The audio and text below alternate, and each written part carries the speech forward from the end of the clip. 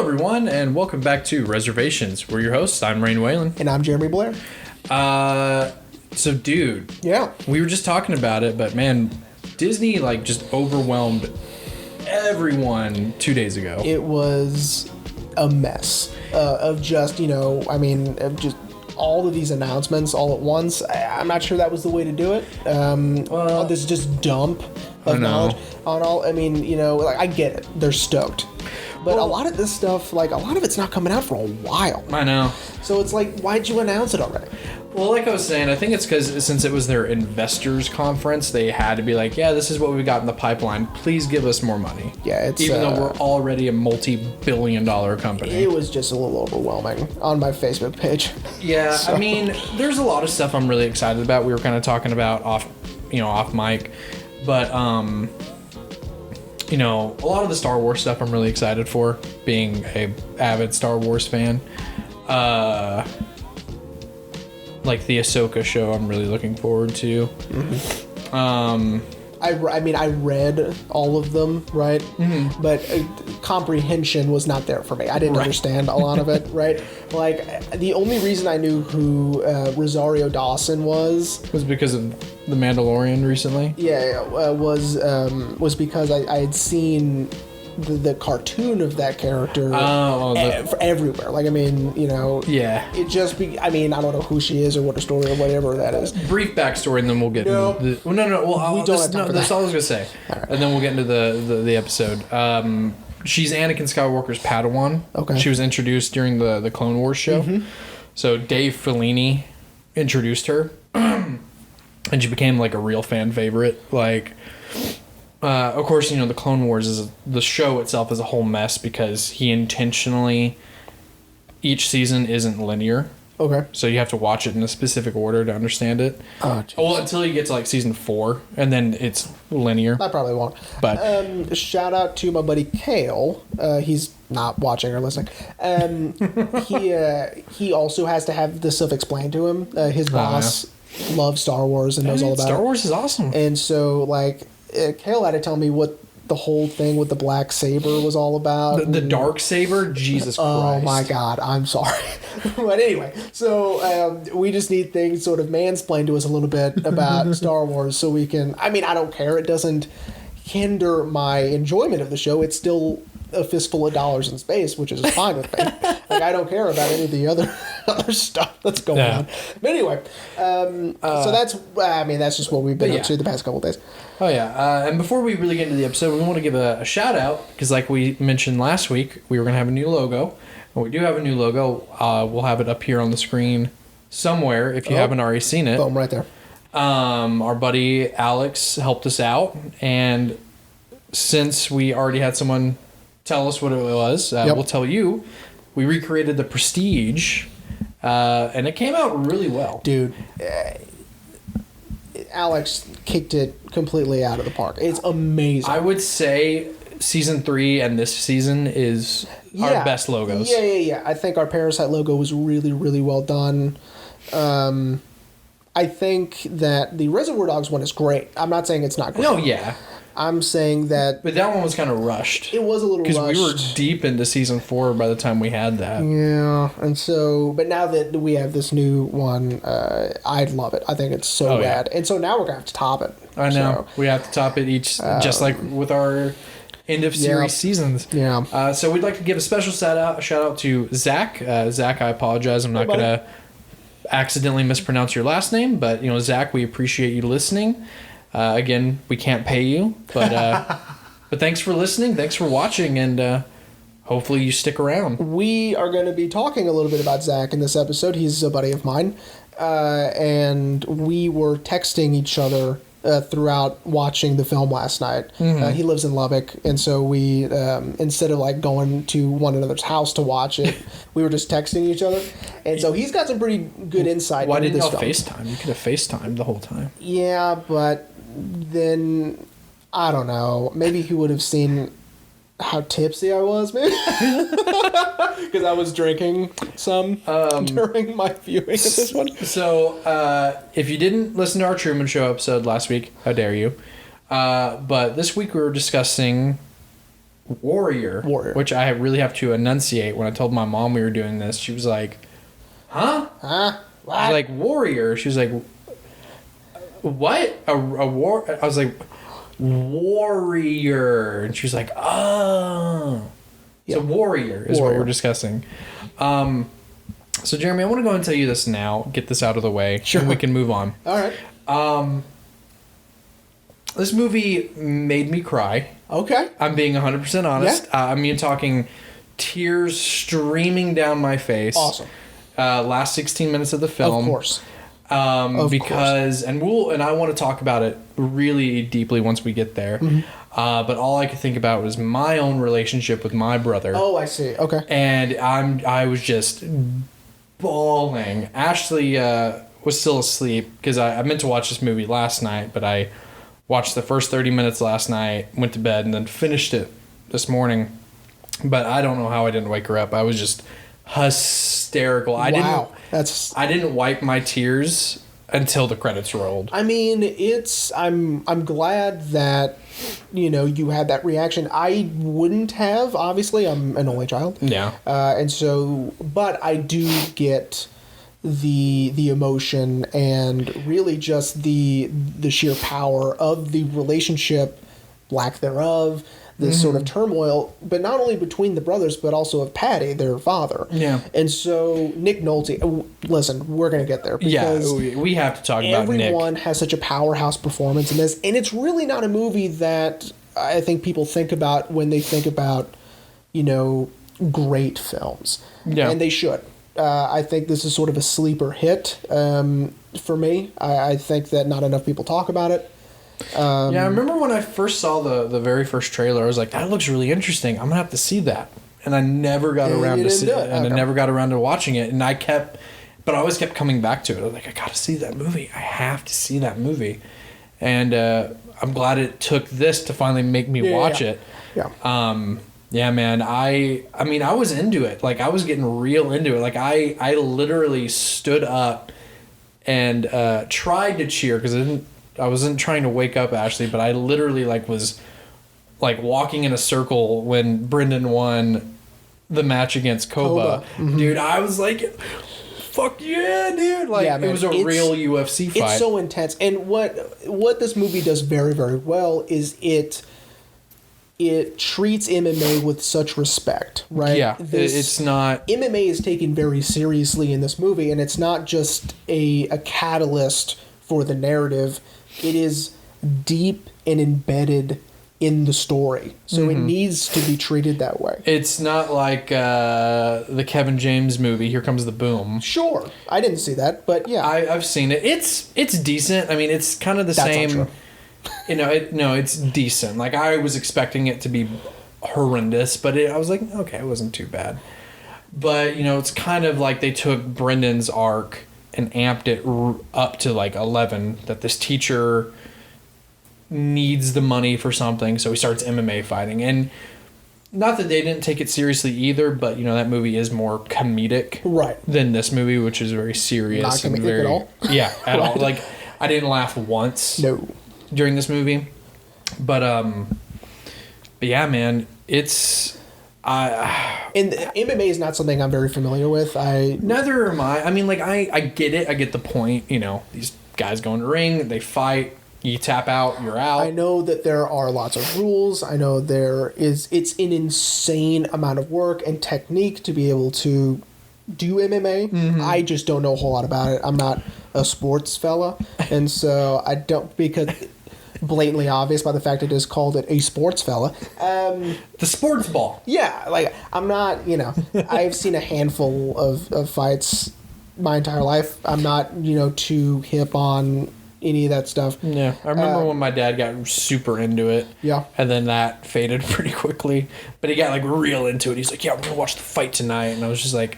I mean, it seems super rad, and it'd be cool to be into something like that, but I don't know. I don't really feel like it. But let's go ahead and jump into it. So, this movie not only does MMA really well, but it does something that is almost impossible, and that is presenting you with two characters that are going against one another, and you cannot pick a side. You can't. You can't find a reason why the other person deserves it less or more. They both deserve it equally. And so, like you said, once we get to the end, I mean, it's the most intense and the most anxious I've been watching a movie in a long time. Oh yeah, man. I was like, oh fuck, here we go. And it's amazing. I mean, I don't know how much work that must have taken to even just come up with reasoning for why they need the money, right? Both are extremely valid, and both are reasonable, and both are important. And so it's not like you can say, well, that one's less important. Well, it's not. And right. And I don't think it was intentional, but during the movie while I was watching it, at least for me, Tom Hardy's character, at least, is a bit of an asshole. I mean, and he has every reason to be. There's a lot of history with their dad that is told through very, very little, actually, but you know what they're talking about. And, very slick exposition. The line when Patty says that he's done with women, and Tommy goes, yeah, it must be hard to find a woman to take a punch these days, right? Yeah. There's exposition, right? And, we don't have to see it in flashback. We don't have to talk about it all that much. But the scene that, I'm referring to is when he ends up, breaking his dad's spirit so much he goes back to drinking. I was like, Tommy. Zach and I, when we were texting each other back and forth last night, he says that one breaks his heart every time. That scene when, they're at the slot machines and he is just, destroying his dad. Hitting every single button he knows will devastate him, right? Very calculated. Oh, yeah. And I think, obviously, Tommy has every right to hate his dad, right? Right. Brendan has every right to hate his dad. They kind of have every right to hate one another, right? It's just a really toxic situation that they're in, right? Oh, yeah. And one last thing I'll leave on before we kind of get back into it, everything is, I always felt very early on that this was a redemption story, but it wasn't until the very end where I realized it was more so about these two brothers redeeming and fixing their relationship. Right. And I think even Patty recognizes that at the end. He's like, they're not going to need me, but they've got each other. Yeah. Again, we'll get to the ending, and because that's almost its own episode. But yeah. All right. So the movie starts out with the National, of course, start a war from Boxer, their fourth album. I'm a huge fan. They're probably my favorite band, the National. Yeah, you sent me one of their albums, and I just haven't had the time to listen to it. But it's now loaded on my phone. They're amazing, right? And the director and co-writer, Gavin O'Connor, also is a big fan and would play their music while he would write the script. And, of course, the main one being About Today, which is how the movie ends. Yeah. And they even recorded a special version of it. Just for the movie? For the movie, right. That's awesome. And it's the one that they do in concerts because it's longer. And it's okay. Right. And so I love that. I love the introduction with each character, right? We're starting to slowly understand who these people are, right? I, of course, am a little biased, and I think I like Tom Hardy's character more. I think just because I love Tom Hardy so much. Yeah. And the main thing I love about Tommy, which is his character's name, so it's easy to remember. Yeah. Tommy's body language, and Zach pointed this out last night, that he,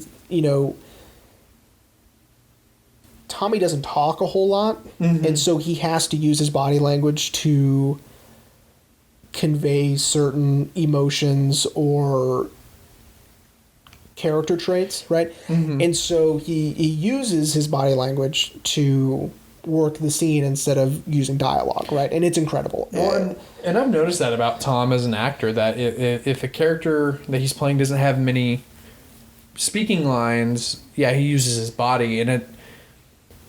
Not all the time, but in a few roles, it's this one being one of them. He lumbers around a lot, almost like an animal, that he's. And we find out very quickly how much of an animal this guy is, right?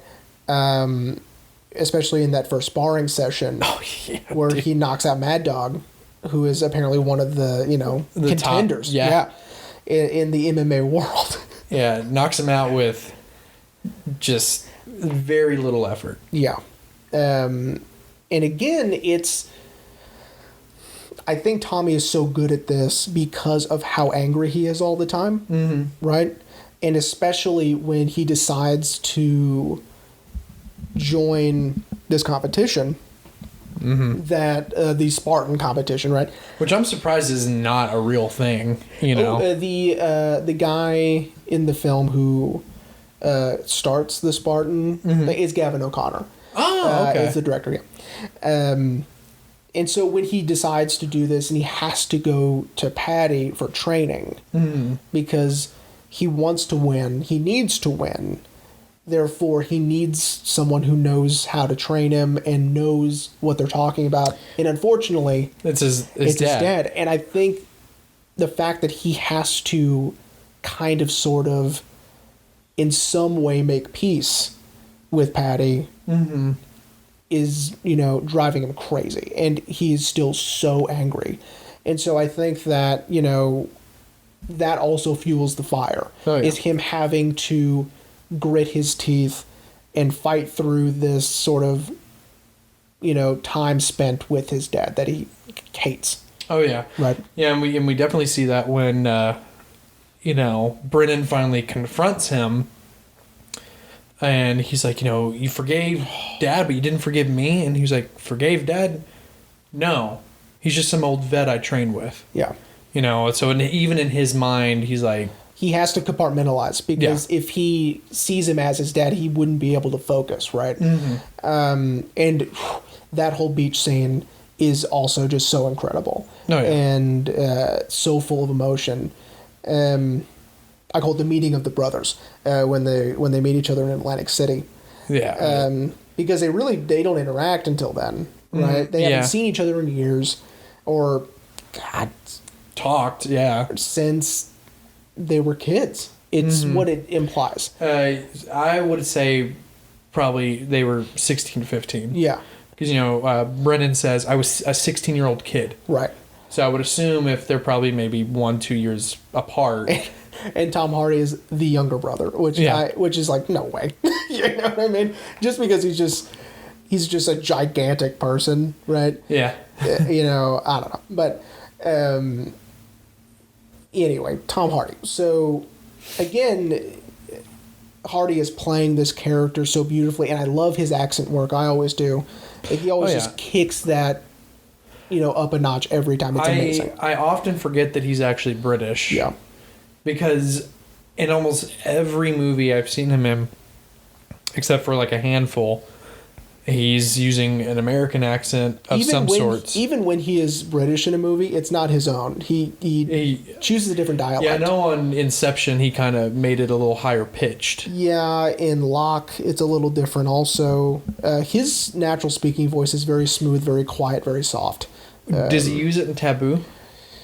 No, that's a different one. Damn. Yeah. So the only time we hear Tom Hardy use his real... I think it's different, yeah. Would you say, what about Bronson? No, that's got to be different because he's playing an actual real-life person. That's right. So what you're saying is the only time we hear Tom Hardy speak with his real accent is interviews and behind the scenes? Yeah, or when he did this thing where he would read children's books on YouTube. And he would have his dog with him. And that's awesome. So you can find those. Those are fun. I'm going to look them up now. Okay, great. Now, all of this to say, Joel Edgerton also does an amazing job. Oh, yeah. I still forget he's British, too. Right. Yeah. I think the only three actors, I would say, in this movie that aren't are Frank, Tess, and Patty. Like, the only... Well, Jennifer Morrison, who a lot of you guys would know from House, if you guys are big fans of that. I'd know her mainly from How I Met Your Mother, Zoe. Oh, which is funny because me and Ashley were just talking about the Zoe season of How I Met Your Mother. We hate the most. Okay. Of course, you wouldn't know that as much because you're not a avid How I Met Your Mother rewatcher. No. It's you find the fine details when you rewatch How I Met Your Mother. Oh my god! So Jennifer Morrison is fantastic in this. Also, yeah. What is Frank's? What's the actor's name? Frank. Well, no, but what is his last name? I don't know. Someone's a G. All right. As soon as I was like, oh my god. You like to do this thing where when you talk about actors and directors, you just use their first name, which is fine. I don't like doing that. It makes me uncomfortable because I don't know these people. So I like to know their last name. Whatever it is. It's like Frank Grillo. I don't know. Something with a G. Oof. I just know that then he goes on to play Crossbones in the MCU. And Crossbones' alter ego's name is Frank Rumlow. Yep. So homie just... I feel like he's like, is his name Frank? Cool, I'm in. Yeah, it's... there was another actor famously would only play characters with... His first name? First name, yeah. I don't remember who it was, but... Or it may just be a coincidence that he... It might be. He takes roles that... It's just Frank. Frank, well, yeah. Right, because the MCU one is a coincidence for sure. Yeah. Right. Anyway, he's also great in this. Mm-hmm. Oh yeah, yeah. It was refreshing to see him as a genuine good guy instead of playing a good guy who's secretly a bad guy. And I really like his relationship with Brendan because he's not the savior, right? At first, because he's going to train Brendan, but he's not going to drop everything he's doing. He goes, you can be over here. Right. Because I'm busy with this guy, right? So it gives a little bit of reality to the situation that, he's busy, right? Yeah. And I do like that. That's a nice touch. Yeah, that it's not like, oh, my buddy Brendan, you want to start fighting again? Let me just drop everything. Exactly. And we're training right now. Didn't happen that way. Right? Of course, we did get the okay, yeah, let me go out to my car and get my stuff. Now? And he just gives the whole yeah, now. Yeah, let's go. Yeah. I like that they really weren't as specific on his daughter's illness. It's her heart. Yeah. That's about it. Yeah, I think as far as spoon feeding us motivations for these characters, right? I think that was plenty. And which I can't believe you haven't mentioned yet because this is 2 movies in a row with our buddy from Truman Show.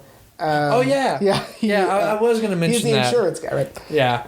Marlon, I can't think of that actor's name. Yeah, I can't either. But I don't even think he has a character name in this one. Not in this one. No. I think I'm sure he's credited as bank guy. Bank guy. Right. Bank investor. Yeah, and so that scene also, it's not just the daughter has medical issues. It's daughter has medical issues and they're struggling financially. Right. Not necessarily because of that, but almost also, right? And again, which is good enough for me. They need the money for their family. That's fine. Yeah. Right? Oh, yeah. And But Tommy also needs it for his family, but not his blood family, right? Right. This is his brother in the Marine Corps. Mm-hmm. And I loved that story. Him on the phone with the widow is Pilar. Heartbreaking. And it's the only time we see Tommy really let his guard down. Right. He is being, he's being sincere when he's asking, how are you? Right. And how are the kids? And, he's still himself, right? But you're right. He's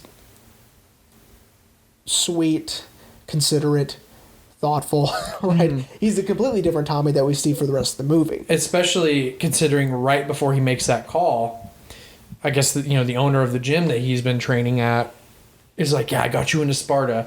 And he's just like, and then the guy's like, I thank you and 10% is customary. And he just keeps walking away. Yeah. And then we get that phone call. His face, man, during that phone call, there's nothing like it. The acting is tremendous. Oh, yeah. Tom Hardy is unbelievable. Yeah, I really feel like we get a real sense of his range with this movie. Because, Tom and I feel like we've talked about it before, Tom Hardy has a fantastic range. But I really think with this movie, you can see it. See the range that he can go to. Because I know he's done comedies with like that stupid spy movie with Chris Evans, This Means War or something that. You know, and then, you know, like really intense dramas like Bronson, you know. I mean, I don't think he can make a bad movie, and we're going to disregard This Means War. But, dude, I was sold the minute we see him on screen and how he's talking to Nick Nolte. You know, like when he offers him the small bottle of Jameson, and Nick Nolte's like, I don't do that anymore, son. He's like, what? You change brands? You switch brands? Yeah, and it just... And, oh, man. I was sold the minute... And here's what's interesting, is I don't think that either Tommy had already heard about the Sparta event, and that's why he was there. But more likely he was there for something else. And I don't know what that something else would have been, right? It's ambiguous why he was there. And this is how the movie opens. The movie opens with Patty coming home. Yeah, and Tommy's on the stoop. Exactly.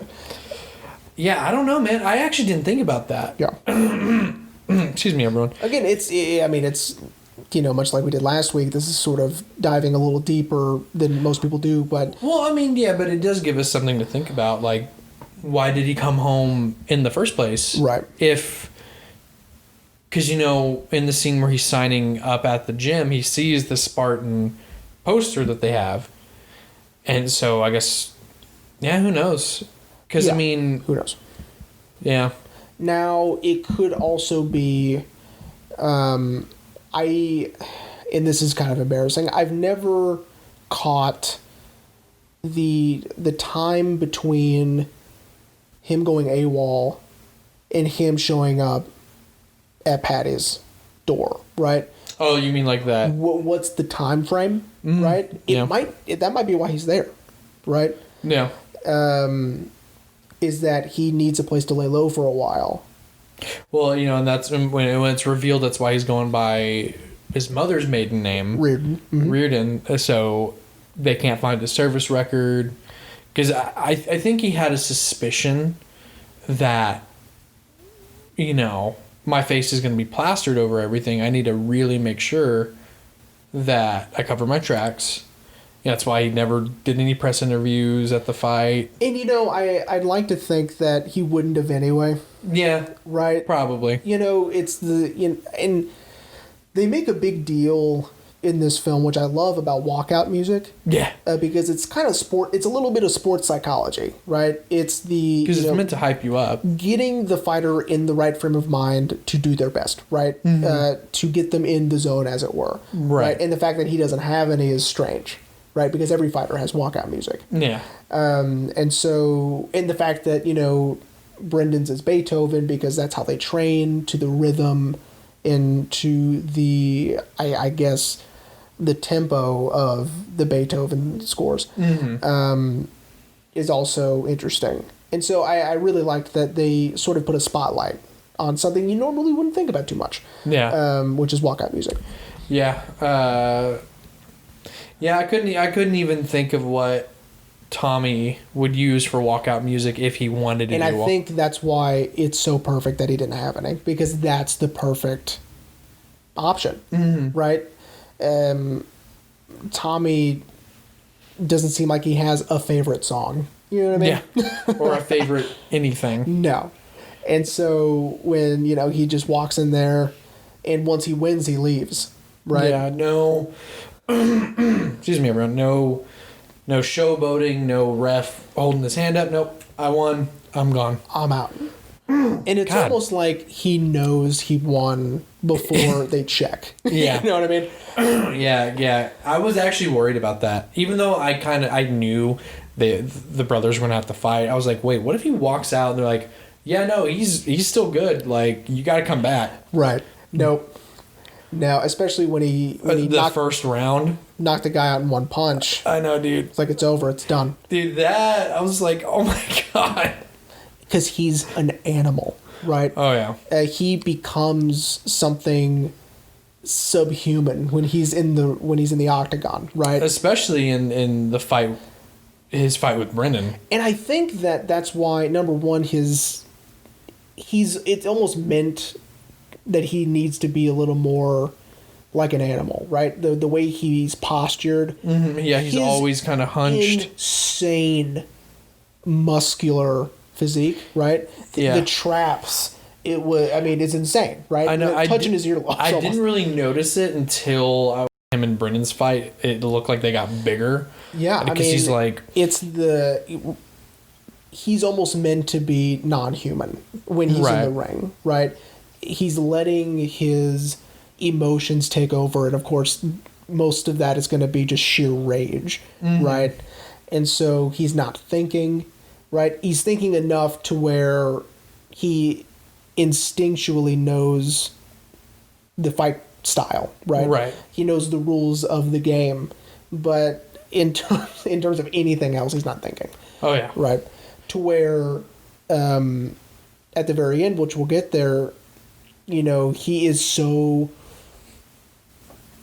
focused that it almost doesn't matter. He's in his corner alone, right? And you see him just pay. We'll get there. I don't want to jump ahead too much because we still need to talk about Nick Nolte for 6 hours. Yeah, 3 days straight streaming. And Zach and I again. Sorry to mention Zach again, but I'm sure Zach is liking it.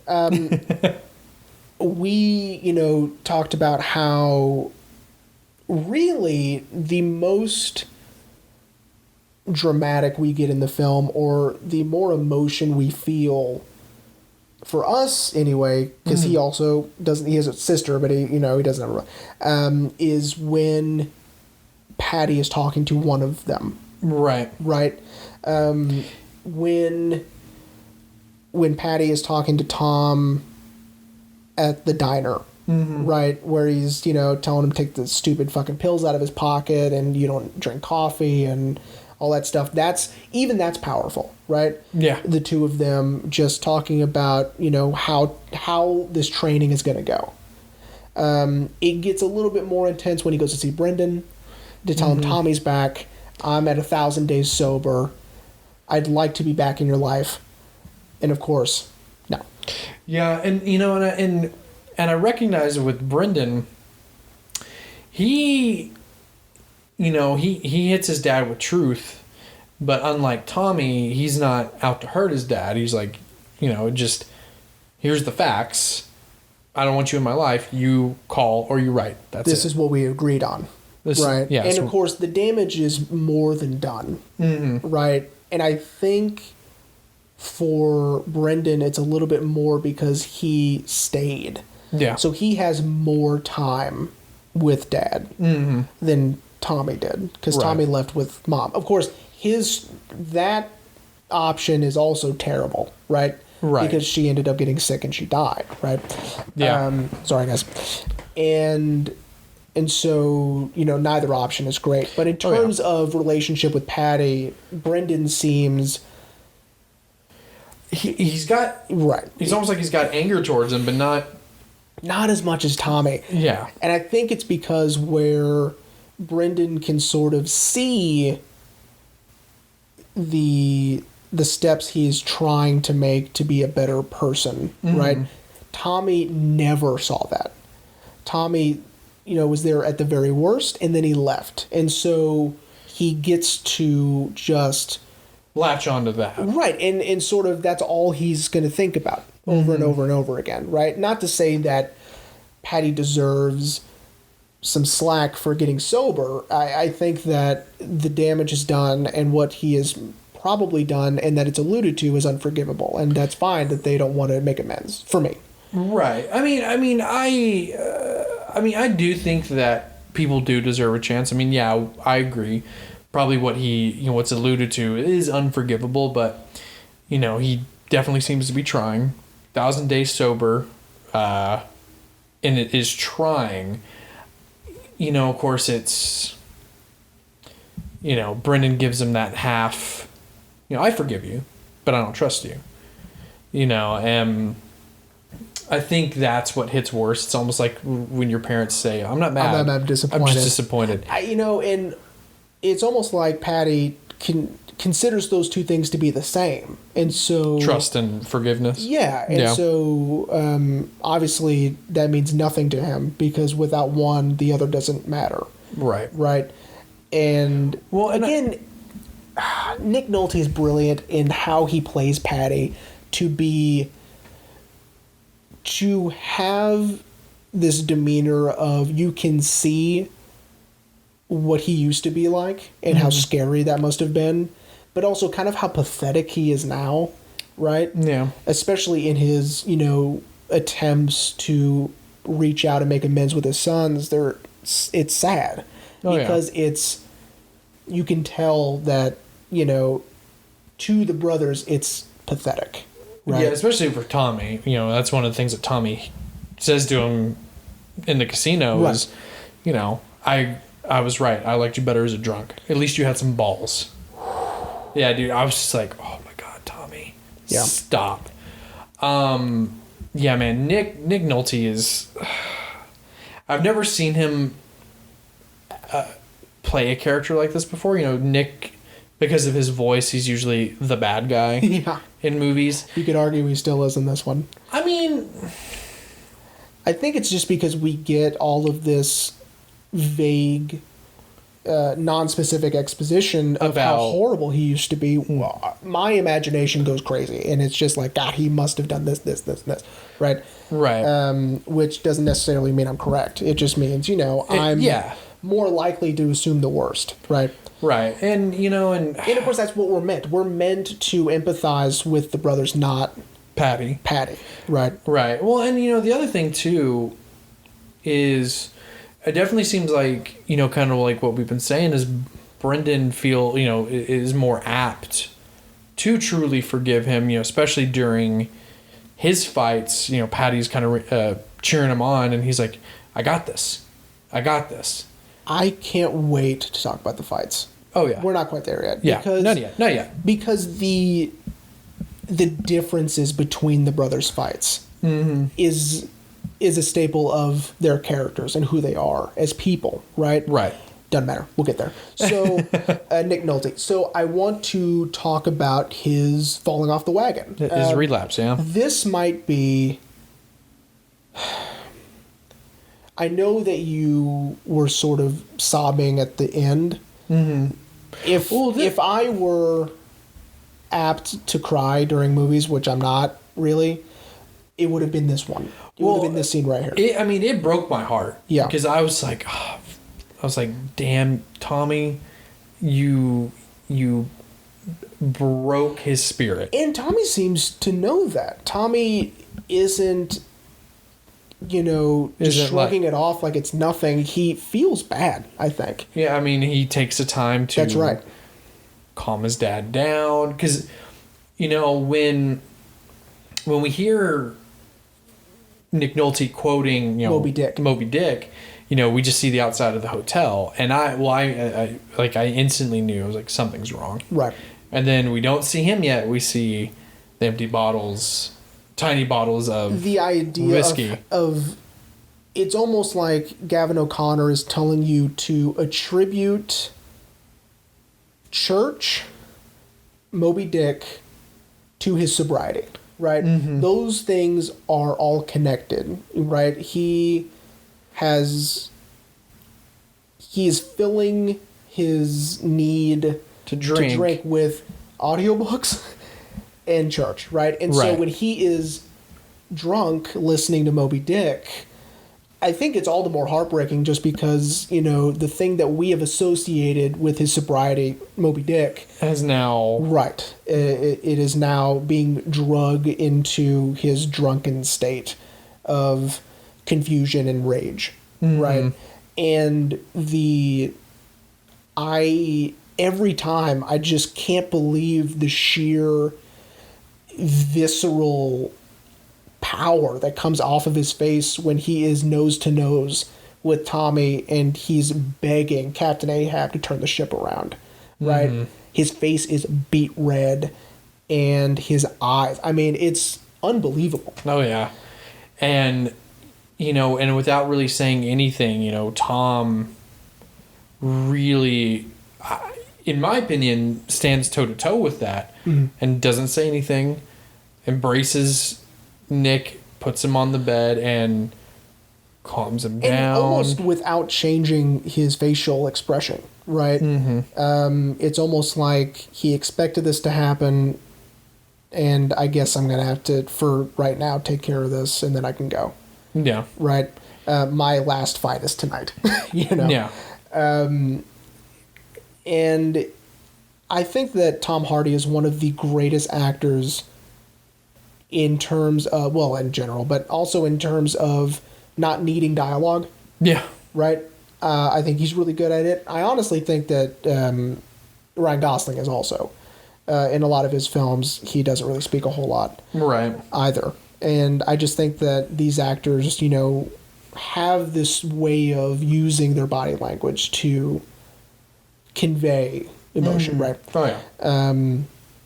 And to say things that they, don't need to say out loud, right? Right. And Tom Hardy's amazing at it. I think the only thing he really says during that whole scene is when he gets him on the bed, he's like, no, stay down.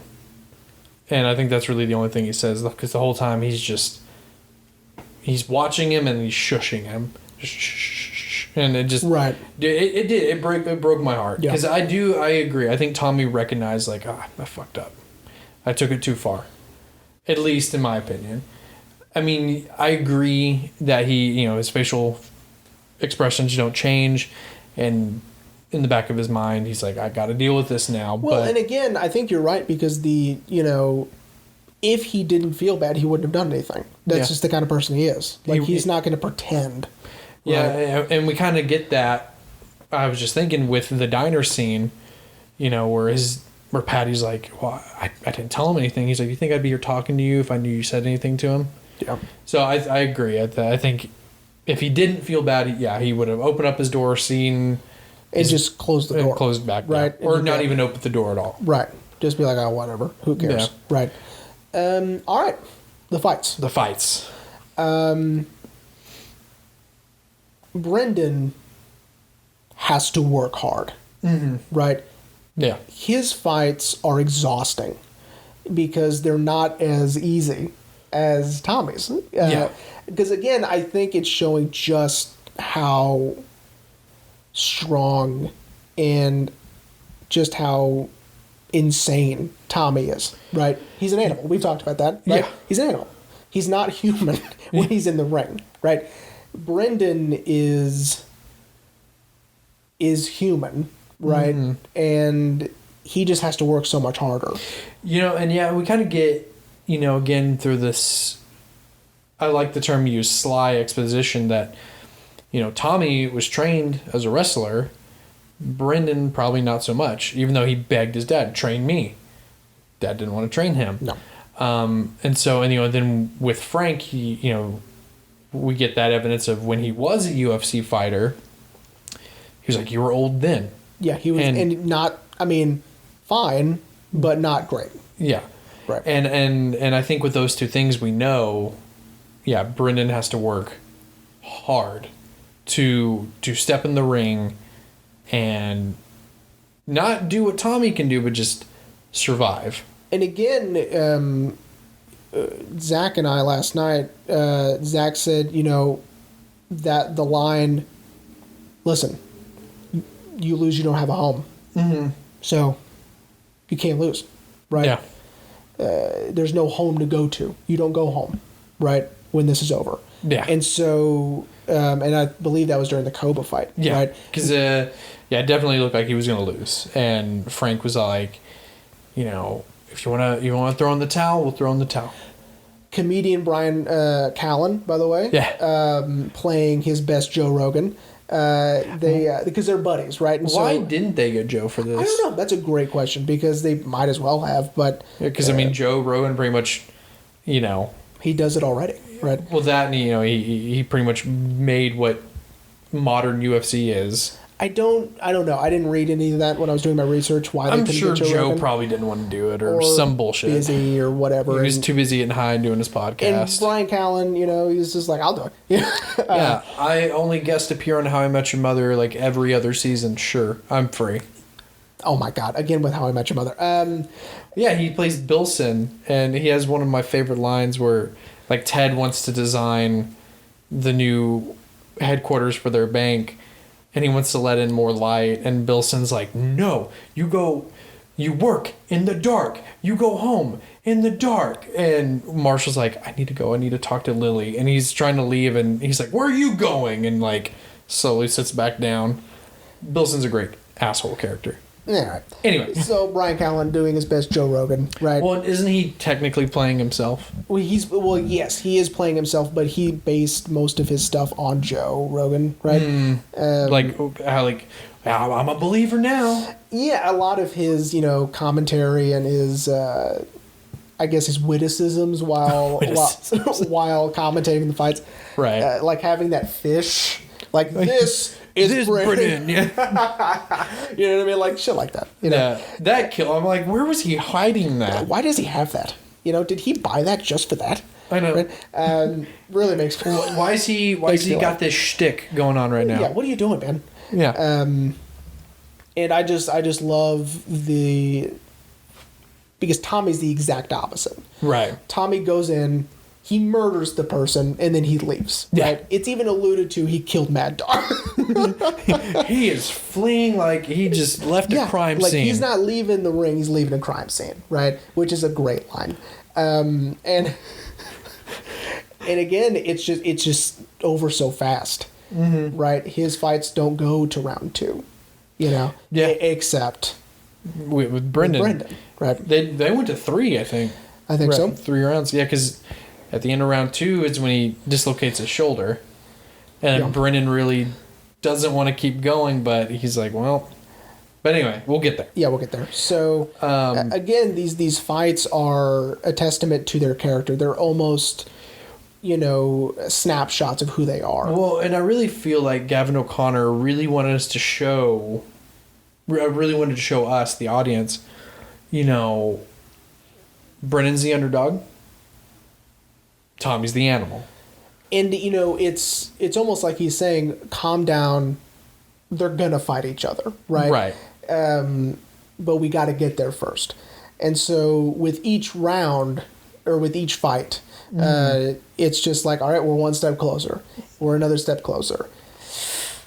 Uh-oh, is Tommy going to fight Koba? Because Koba's going to kill Brendan, right? And then it ends up, he does... The thing I do like is that it's believable enough that Brendan would win. Yeah. Right? That it's not that our disbelief isn't like not so suspended during because, that. Like, if Brendan just went in there and just like knocked him out in one punch, I was like, oh, there we go. Yeah, it wouldn't be believable at all. Yeah. I mean, I started to believe that because at first I was like, oh, there's no way he's gonna win. Even though I was like, I know they have to fight. They have to fight. But I was like, there's no way he's gonna win. There's no way. And I think they went 3 rounds. Yeah, Brennan survived the 2 rounds, and then the 3rd round he got him to tap out. And see, and I appreciated that Brendan didn't knock any of his opponents out. He made them tap out. Right. In which case, Tommy, they're all unconscious. Yeah. Right. One of them possibly dead. Or at least brain dead. Right, exactly. And so, especially the guy he knocked out in one hit. Dude, I was like, oh, here we go. First fight. Oh, it's over. Okay, great. We're moving on. That guy died. Oh, he's dead. And I just love that Bane killed that guy. He just leaves. Yeah. Right? And again, the way he acts in the ring is so animalistic. The way he takes out his mouth guard, his shoulders are up, and he's pacing, and he doesn't stop moving, right? Like a shark. Yeah. Oh yeah. It's intense. Like, I mean, I know you have to be intense in UFC because it's all about confidence. He and seems stuff. to be the most intense. Yeah. I think if they had written the fight between him and Koba, I mean, I would have loved to see that. Yeah. But I I don't even think Koba could have been able to handle Tommy. That would have been a one-rounder also. Yeah. For sure. Oh, yeah, dude. It was crazy. All right. So, their fight. I don't think I've ever been more tense for any scene in any movie I've seen. Right, because again, Gavin O'Connor has told us these guys have legitimate reasons for winning the money. Mm. Who do you think's going to win? And you're just like, I don't know, right? I don't want either of them to lose. I know, especially after, right before their fight, is the reveal that Tommy went AWOL. Mm-hmm. Which I think this is my only nitpicky thing. Okay. I highly doubt the military police would have let him finish the fight. I am 90% certain they would have arrested him on the spot, and Brendan would have won on I thought about that too. Technicality. I also kind of thought, again, I would need to talk to my uncle, but I would assume that his brothers in arms, the fellow Marines in the Marine Corps, wouldn't like that he went AWOL. It wouldn't support him so much. I know. Right? But again, these are nitpicky things. Yeah, but yeah. So anyway, but right before their fight, we get the reveal that Tommy went AWOL. Everyone knows they're brothers now. And for everyone watching back in Pittsburgh and at the actual arena, the stakes just went up to 11. Yeah. Because two brothers are about to fight. Yeah, and it's sort of, suspending your disbelief a little that two brothers ended up being the final two. Right. In this massive tournament. Yeah. Worldwide. The Super Bowl of MMA fights. But I mean, but it's fantastic, and it's played so smooth, and their disbelief that they're brothers, it's fine. It plays it off, and I'm fine. Yeah. Right. Because Brian Callen's like, you're not going to believe this, right? They're brothers. Oh right? Yeah. And of course all the reactions of the people back home, right? The students. They're just like, what? Right. And then Tess made it to the event in Atlantic City. God knows who's watching their kids. The bank guy.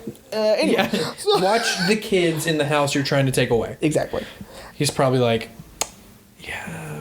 gotta take your house away if your dad loses. Yeah.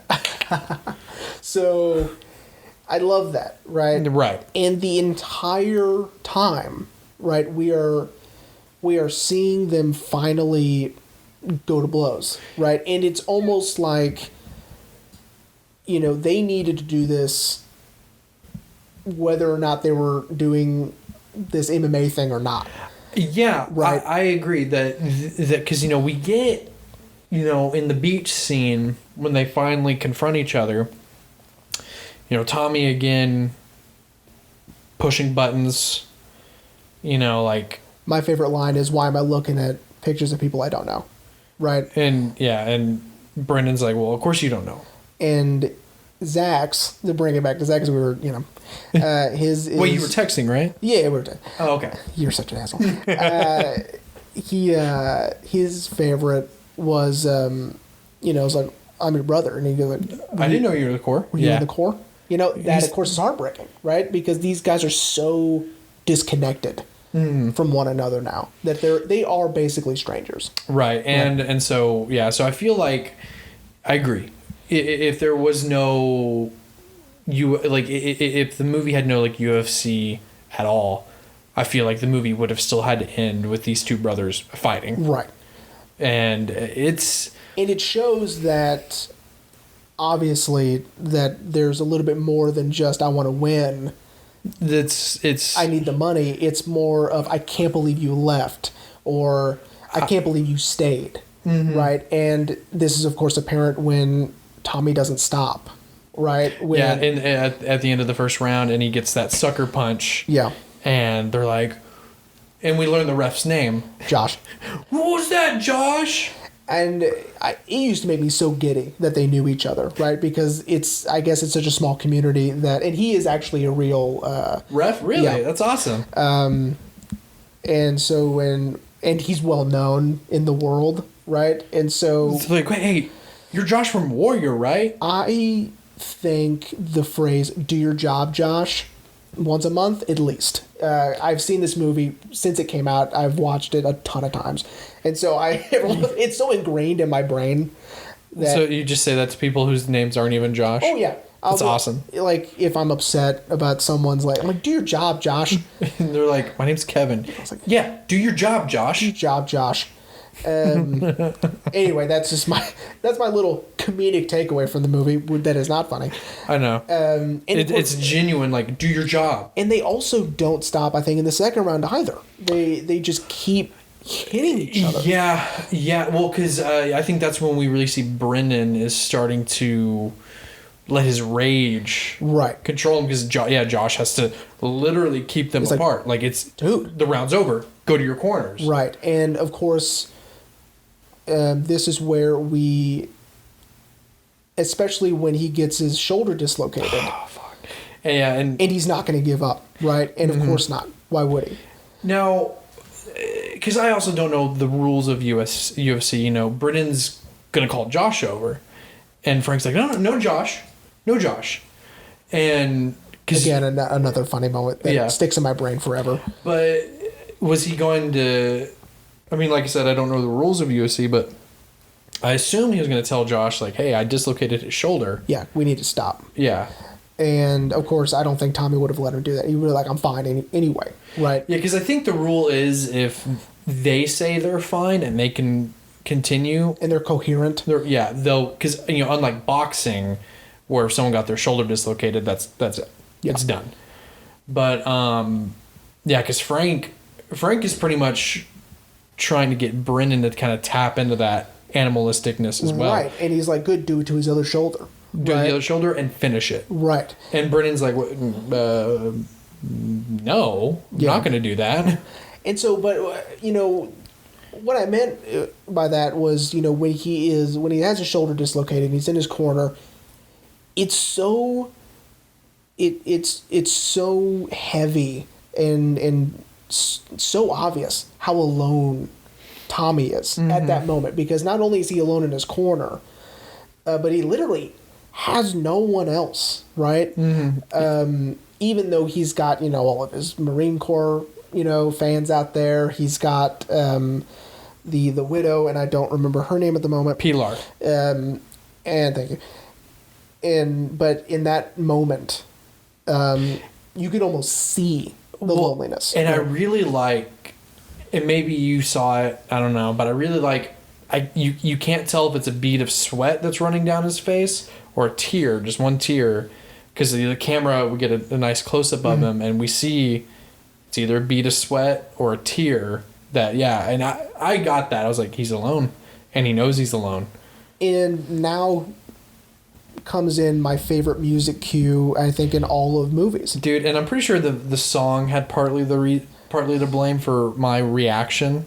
Yeah, and this was the song that Gavin O'Connor would play while he and his writing partner were writing the script.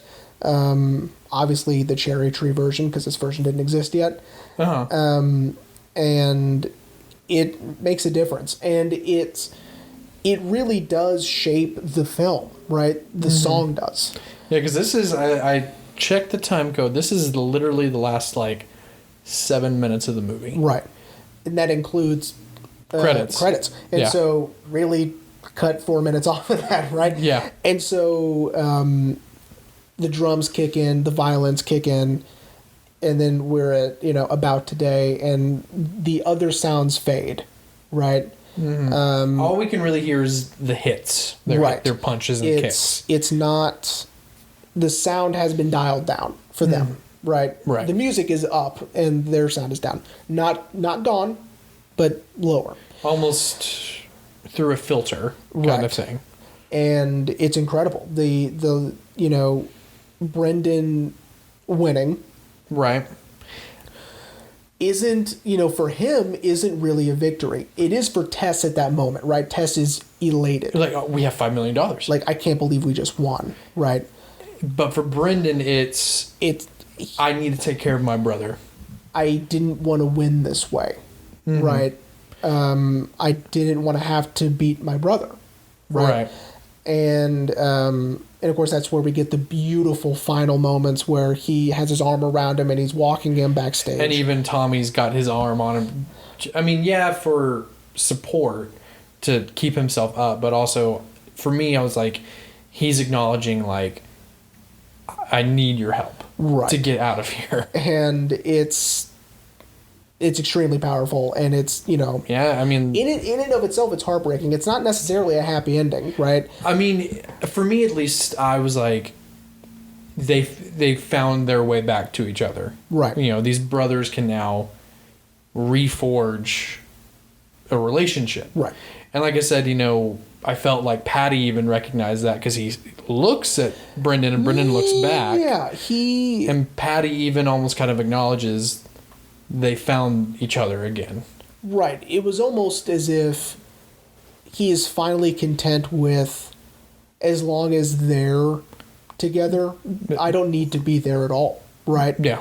And so he will most likely, in my opinion, step back and no longer contact these guys. It's too painful. Yeah.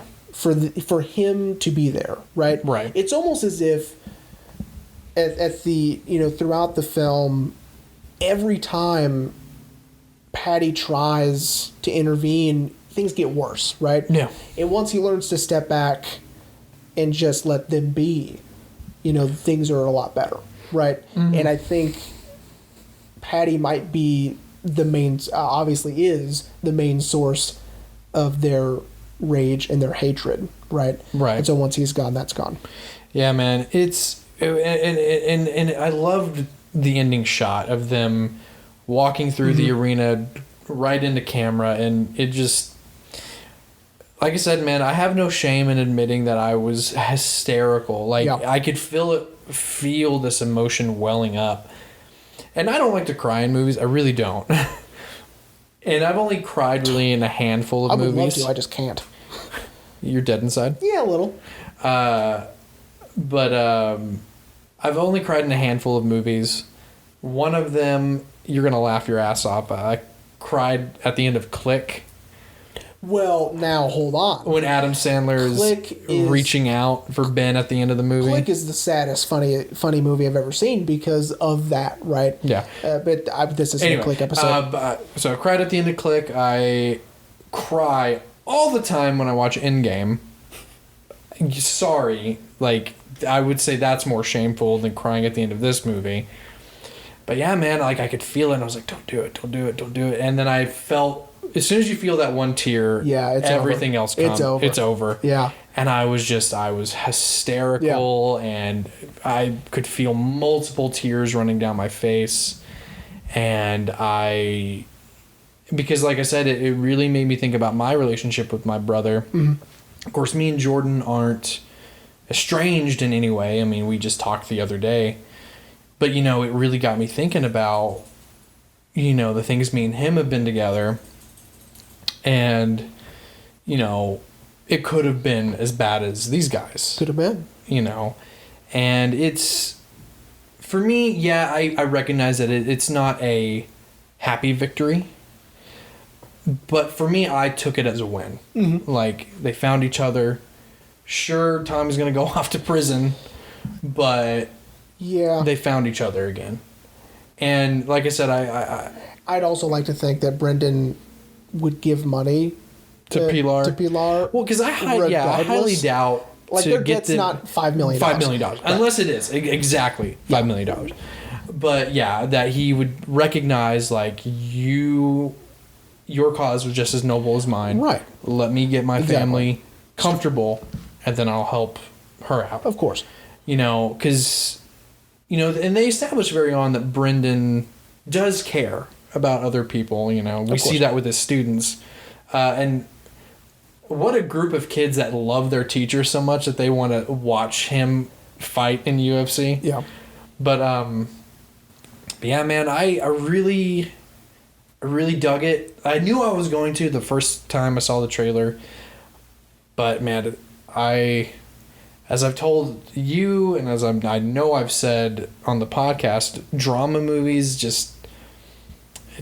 I really have to be in a specific mood to really get into a drama movie, but I for sure we'll definitely rewatch this one For again.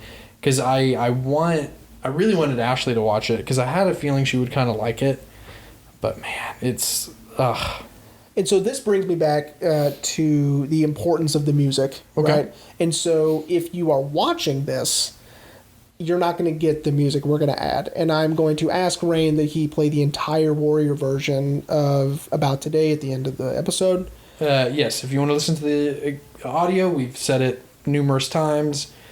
We're on Apple Podcasts, Spotify, Google Podcasts, anywhere there's podcasts. Find us because that's where we play the music from the movies. Right, exactly. Here we can't really do that on YouTube, but do yourself a favor, shut our video off, and go listen to. You can just type it in on the search bar About Today, Warrior version. Click it. It should have the poster on there, and you'll be fine. Or finish the video. Oh, okay. Or whatever. And then, or whatever. Whatever you want to do. You don't run your life. Yeah. I highly recommend it, and because it's almost the whole song in the movie, but it's something to listen to it just by itself. Right. It's amazing. I listen to it all the time. Yeah, man. And like I said, I attribute to my emotion because of the song. Right. Like the song was great. I was like, really, after I finally wiped the tears away, I was like, I need to start listening to these guys. Jeremy, they're unbelievable. Jeremy said I need to listen to him. I need to start listening to him. Because as much as I love listening to music that I've listened, like albums I've listened to a million times, I do like discovering new stuff. Like sidebar, Kid Cudi's new album's out. Oh my god! But anyway, did they put this version of the song on an album, or can you find it? It's on the soundtrack. Oh, okay. For Warrior, you can buy it independently on iTunes by itself, or if you have Apple Music. I don't have Apple Music, but if he's not a fancy boy. I'm not. So it's on there. This version is not on any album. No, gotcha. They play it this way live, and you can always listen to the original Cherry Tree studio version. But anyway, The National, check them out. They're unbelievable. I love these guys. Their whole discography, it's amazing. So Jeremy, yeah. Are you ready to wrap up? I am ready to wrap up. Yeah. I'm really glad you enjoyed it. Yeah, man. You've so far you've picked some great movies that I've really enjoyed. I told my mom she needs to watch Requiem for a Dream. I was like, but be warned, it's intense. It's a downer. Yeah. I didn't really feel like this one was a downer. I mean, yes, there were things that were heartbreaking. Right. But emotionally invigorating as why they're emotionally challenging, these films. And I think this season, that's all my picks are going to be. Yeah, I mean, is these sort of emotionally challenging films. Definitely, yeah. So this will be the season of downers. For me. You can pick whatever you want. Well, I mean, our logo kind of matches that. It does. Because the Prestige is...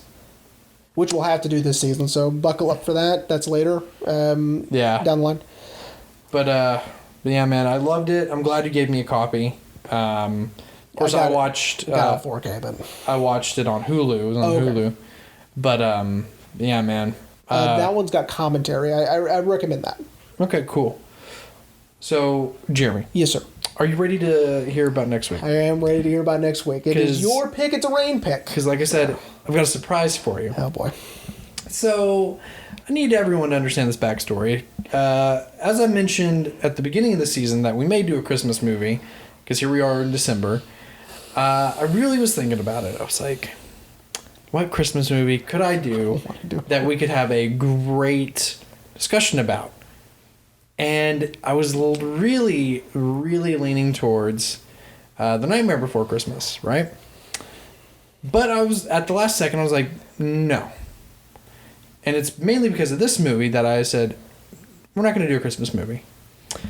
I want to keep up with... The emotion. This is the happiest I've ever been. Is you saying we don't have to do a Christmas movie. So I want to keep up with this emotion that we've been feeling. Okay.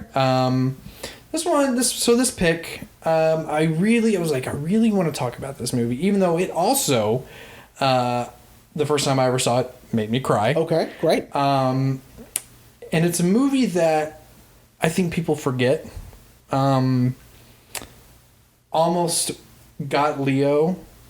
Yeah, that's right, Leonardo DiCaprio, an Oscar this early in his career. Cool. So next week we're doing What's Eating Gilbert Grape. Awesome. Okay. Like I said, the first time my mom ever showed it to me, I cried because Leo plays an amazing mentally handicapped character. I'm going to tell you something that's going to blow your mind. I'm ready. I've never seen What's Eating Gilbert Grape. You've never seen What's Eating Gilbert Grape? No. Oh Never. my god, dude. Never. I heard Johnny Depp is amazing in it. I know that obviously Leo's great and whoever plays the mom is fat. So I'm ready. I'm ready to go. My only thing about the movie, and we'll talk more about it next week. Obviously. My only thing about the movie is Johnny Depp's character, Gilbert Grape's love interest, played by Jeanette Lewis. Uh-huh. It's just her face. Okay. I really just don't like Jeanette Lewis that much. I'm not saying she's a bad actress, but there's just something about her You're kind of saying it. that I don't like her. Okay. Hey, it's my Laura Linney thing. I get it. Yeah. But anyway, we Awesome. hope everyone enjoyed Warrior. We say, I know we've said it across 5 seasons, but we highly recommend everyone check it out. Like I said, I was able to watch it on Hulu, or as Jeremy likes, a physical copy. So go pick that up. Next week, What's Eating Gilbert Grape? That's exciting. Yeah, and we will see everyone next week.